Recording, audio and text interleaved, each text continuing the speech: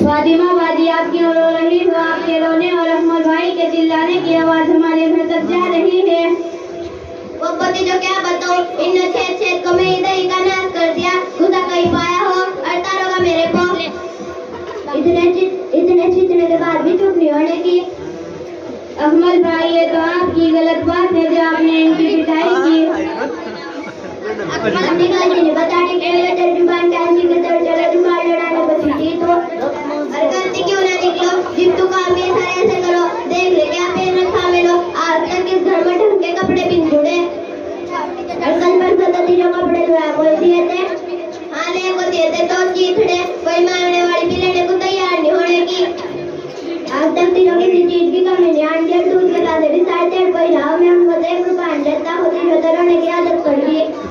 चल दूध के पैसे ही मेरे पर हो, रात तो दिनों का गंडी बड़ी फिर लाटे में अतः तो कर नहीं सकता, ला लाटे में गरम कपड़े दे और गरम कपड़े के लिए तीनों पैसे दिए देते।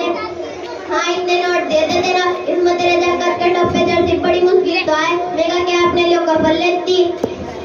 अगर पैसे सारे जाकर के कपड़े में लग देते तो क्या अभी तो सब सारे पैसे जाकर के कपड़े में लग दे और दे दे। फातिमा सब मंदी कोई गलती नहीं, अगर पैसे खत्म नहीं गए तो तू बताती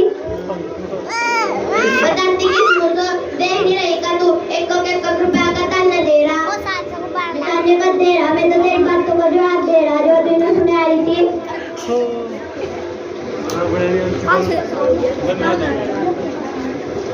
बेटी भाई माँ तो सामने आगे देख लिया उसे वो बेटी और क्या क्या है तो मेरा अक्षर बोलना मक्का देवी लगा तो लगा पड़ी। अगर आप ये चाहते तो मुझे कोई एतराज नहीं, मैं आप अल्लाह के सामने शोहर और बीवी के हुक्म को रोशनी डालती हूँ। दुआ करें अल्लाह ताला मुझे सही बात कहने और हम सबको उस पर अमल करने की तौफीक अता फरमाए।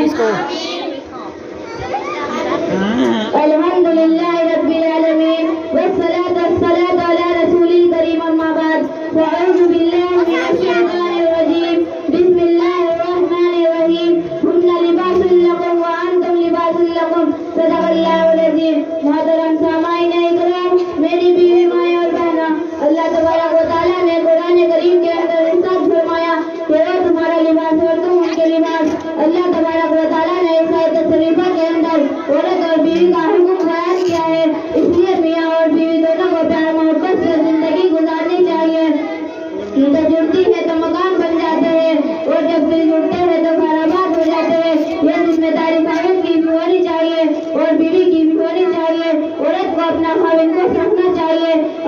इसी पर अपने शोहर को ताजगी देनी चाहिए।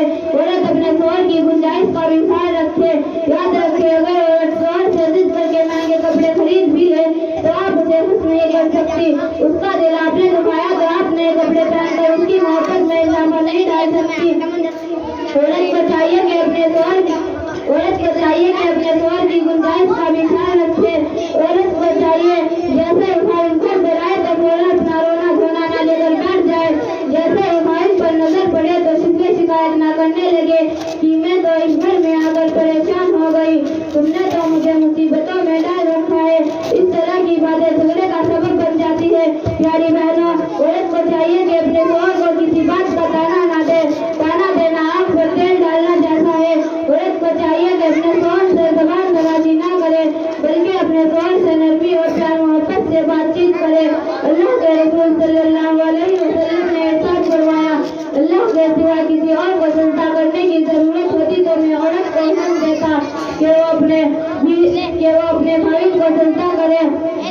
अल्लाह के रसूल सल्लल्लाहु अलैहि वसल्लम ने इरशाद फरमाया कि औरत को चाहिए अपने शोहर की बुराई का टटोरा न पीटे। औरत को चाहिए कि अपने शोहर की दूसरों के सामने इज्जत बनाए। इस तरीके से बात करके दूसरों के सामने शोहर की इज्जत और मकान बढ़ जाए। यह इस्तेमाल करने के लिए बहुत जरूरी है। अगर औरत अपने शोहर की कदर नहीं करेगी तो उसके साथ उसका अक्सर क्या ही मामला होता है। इसे के मुताल्लिक मैं आप हज़रात के सामने एक वाक़या बयान करती हूँ। एक गरीब घर की लड़की एक नेक घराने में उसकी शादी हुई। जब वो घर पहुंची तो उसके शोहर ने उसके साथ बहुत मोहब्बत की। इतनी मोहब्बत को देखकर वो नखरे में आ गई। शोहर जितनी मोहब्बत का इजहार करता वो और ज्यादा नखरे करती। 4-5 दिन गुजरे, वो रोती हुई अपने घर पहुंची। माँ ने पूछा, बेटी क्या हुआ? कहने लगी कि शोहर मुझसे बहुत मोहब्बत करता, लेकिन मैं बस नखरे में थी। दिल आंसू कर उसने मुझसे पूछा, क्या तुमको मुझसे मोहब्बत है? तो मैंने उस वक्त नखरे में आकर कह दिया, नहीं मुझे तुमसे मोहब्बत नहीं। तो इसने मुझे फौरन तलाक दे दी। ये बात औरत के मुताल्लिक थी। अगर औरत अपने शोहर की कदर करेगी तो इंशाअल्लाह दुनिया के अंदर भी और आखिरत के अंदर भी वो कामयाब जिंदगी गुजारेगी। अगर नाकदरी करेगी तो अल्लाह का आज़ाब भी बड़ा सख्त है। मोहतरम हाज़रीन, मर्द की भी जिम्मेदारियां बनती है कि वो अपने बीवी की घर में शरीक रहे, अपने बीवी की खुशी को अपनी खुशी समझे और अपने बीवी के गम को अपना गम समझे। हज़रत सल्लल्लाहु अलैहि वसल्लम की मुबारक आती कि जब भी वो तशरीफ लाते तो मुस्कुराते हुए आते और अपने अहले खाना को सलाम करते। मुस्कुराते हुए आना और सलाम करना ये अच्छे माहौल की इत्तिबा है। अगर भाई मुस्कुराता हुआ आएगा तो यकीनन बीवी भी मुस्कुराएगी। अब दोनों प्यार मोहब्बत से जिंदगी गुजारेंगे। आमतौर पर यह भी देखा गया है कि जब मियाँ बीवी करीब होते हैं तो अक्सर एक दूसरे में खूब लड़ाइयाँ होती है। अगर इसी हालत में भारत को बुलाए तो ये सारी जिंदगी बीवी याद करके रोती रहेगी कि बड़े अच्छा शोहर था, मेरा तो खूब लड़े प्यार से रखा करता था। अगर बीवी को बुलाए तो ये सारी जिंदगी भारत याद करके रोता रहेगा कि वो अच्छी बीवी थी, मेरा तो खूब लाड प्यार रखती थी। मोहतरम हाज़रीन, मर्द की भी जिम्मेदारियां बनती है क्योंकि वो घर का जिम्मेदार है।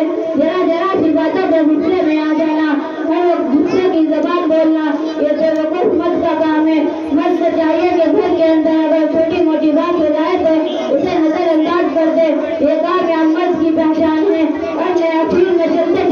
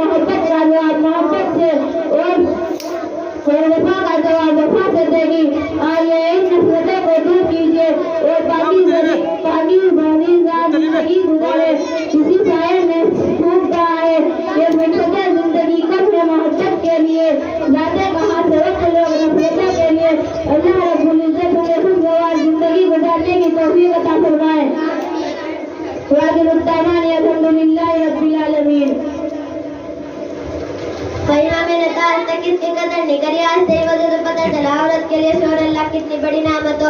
आज मैं वादा कर रही आज के बाद इन्हें दुख नहीं देने की, हो सके तो मुझे माफ कर दियो। तेरी आज आंखों खुल गई, मुझे ना तेरे से शिकायत थी ना, आज को अपना दिल छोटा ना करो, अल्लाह माफ करूंगा।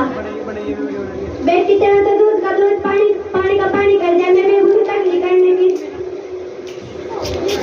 अच्छा मैं भी